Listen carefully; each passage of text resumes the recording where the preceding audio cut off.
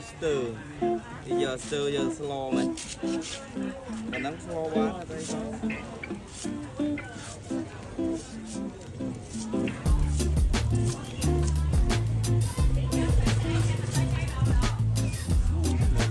sạch hồn đi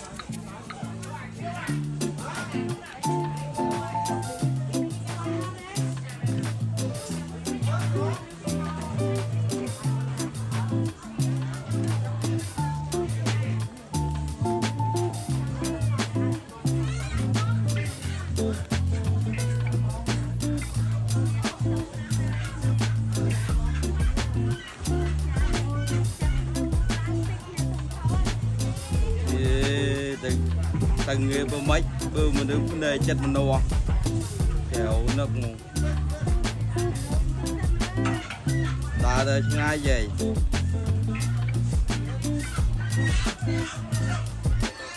ôi nhóm họ lớn hót đấy quay từ chiều qua đây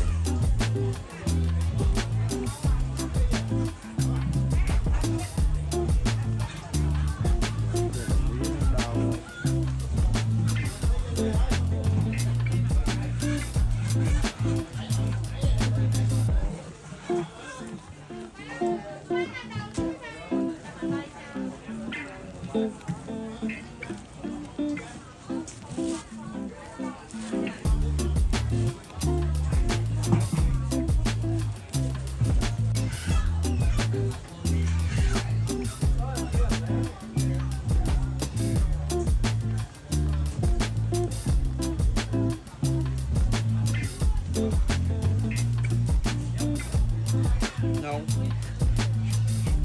đều quanh vậy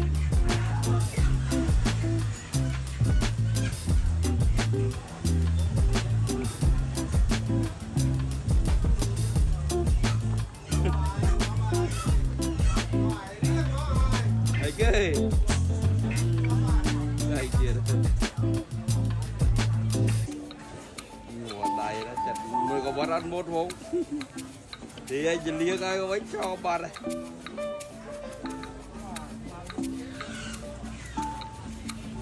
còn thơ với đảo